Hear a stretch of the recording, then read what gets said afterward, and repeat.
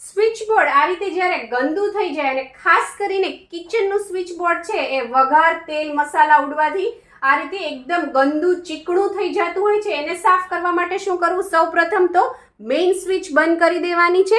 ત્યારબાદ આ રીતે રૂ લેવાનું છે। રૂ ના હોય તો કોઈ પણ જૂનું કપડું પણ લઈ શકો છો। અને આ તેલ છે, મેં અહીંયા નાળિયેરનું તેલ લીધું છે, એ થોડું ચીકણું હોય એટલે તમે કોઈ પણ તેલ લઈ શકો છો, તમારી પાસે અવેલેબલ હોય।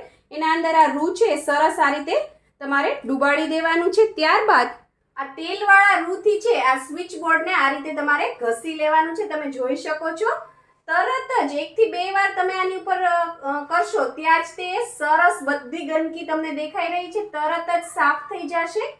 જો રૂમાં બધું સરસ આ રીતે કાળું કાળું ધૂળ માટી બધું જ આવી ગયું છે।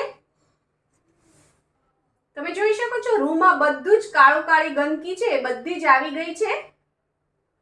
ત્યારબાદ બીજું નવું રૂ લેવાનું છે અને એની અંદર આપણે જે પાવડર બોડી પાવડર યુઝ કરીએ છીએ ફેસ ઉપર ને એ પાવડર એના ઉપર નાખી દેવાનો છે આ રીતે।